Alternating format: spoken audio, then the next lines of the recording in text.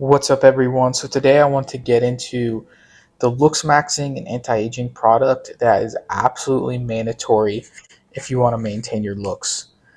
So, what actually causes an appearance of aging? And this is a tough reality, um, but you're aging every single day, and this starts to become apparent once you get into sort of those early and mid 20s, even because even if we just look from a practical standpoint, look at how many athletes in the NBA where they played a lot of games in their youth, did a lot of hard training, like Lonzo Ball, Zion Williams, um, and then they just start to break down.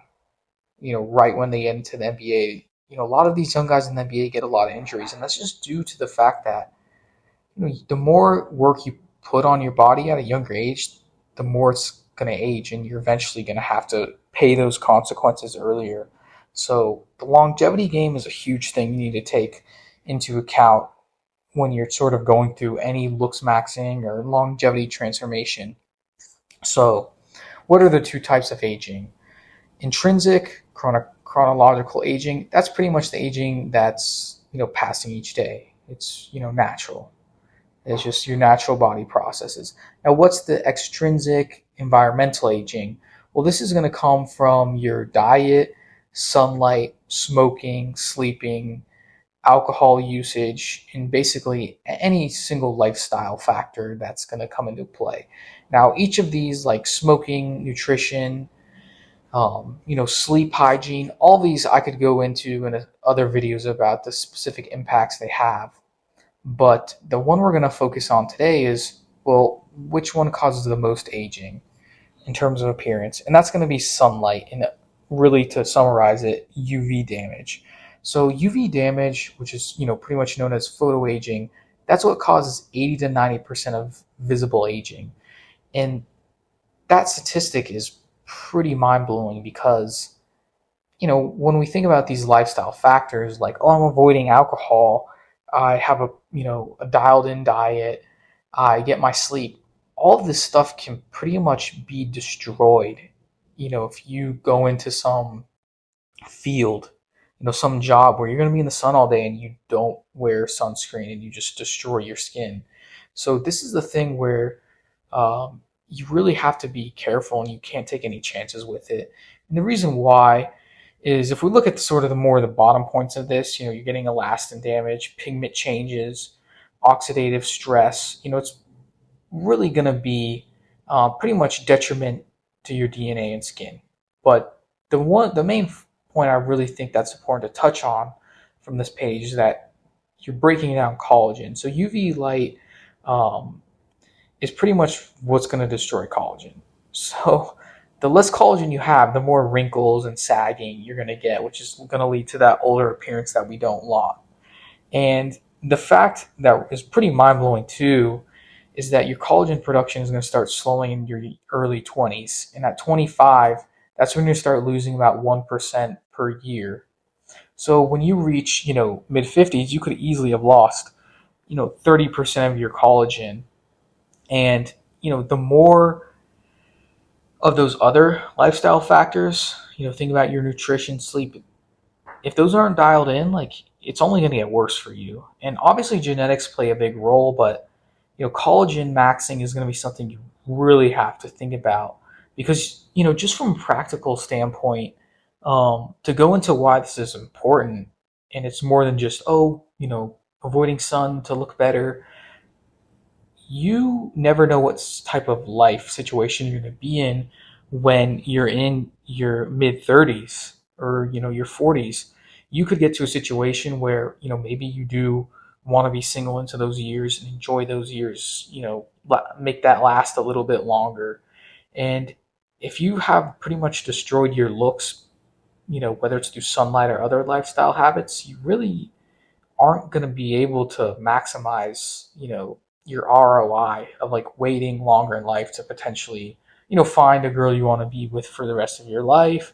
You never know if you're going to be with a girl in your younger years and expect it to last longer, and then the relationship crumbles, and then, oh, you destroyed your looks, and now you have to settle for someone else. And think about how many people aren't going to take these looks maxing measures And if you are, let's say 38, for example, and if you look way better than those other, mid 30s guys, you're going to be able to clean up versus them for the girls that, are maybe 33, 34, who are still sort of entitled to dating someone a little bit older than them. So, you know, you can sort of outbeat your competition in the long run. Now, there's some other, components to this analogies that I'm talking about that I could totally go into why maybe that's not a good idea or some of the caveats to all that. But just think about this. Investing in your looks is pretty much always going to put an insurance policy on your life and it's going to improve your life. So let's get into the solution. So the solution is pretty obvious. I mean, it's daily sunscreen use, but you need to apply this facial sunscreen to your face and neck daily, and that applies even if you're inside, specifically by windows all day and it's not in a dark environment. Even if it's dark outside, UV light is still going to penetrate. You can always look at the UV index on your phone. Pretty much, the general guideline I would say is like if it's above 1, you want to put on sunscreen because we can't take any chances with this stuff. So, yeah, these pictures at the bottom are pretty illustrative of what I'm talking about. So, the one on the far left, this picture is what it's going to look like if you're like a truck driver and you don't wear sunscreen, but you're getting sunlight on one side. And then these other pictures are going to show, the second one is going to show someone who was applying sunscreen to their face but not their neck. You see a pretty big difference there. The next one is, a farmer, for example, where you're wearing pants all day, but you didn't put sunscreens on your arms, and then you get this huge, destroyed skin look on your arms, but your legs still look like they're full of collagen and, what your arms should look like if you did take care of them. So, from a product standpoint of view, SPF to 30 to 50, you don't need to stress too much about this. So, from what I've read, SPF 30 is going to block like 97% and 50 is going to be like 98 to 99%. So, pretty marginal difference. But if you are someone who's outside all day, then yeah, you might want to, go for the extra protection and be a little bit more keen to getting the 50 and being a bit more, you know, cognizant of reapplying that sunscreen based on the more time you're in the sun. So use a broad spectrum one because that's going to block both UVA and UVB rays. UVB rays are what cause sunburn and direct DNA damage, leading to skin cancer. If you don't get a broad spectrum, you're pretty much just going to block UVB rays, which are going to ignore the UVA rays, which are the ones that penetrate deeper into the skin, breaking down collagen. So that therefore, if you just don't use a broad spectrum, you're just blocking UVB and you're not going to get that sort of aesthetic enhancement, I guess, aesthetic protection that you're really going to look for when you actually use a sunscreen.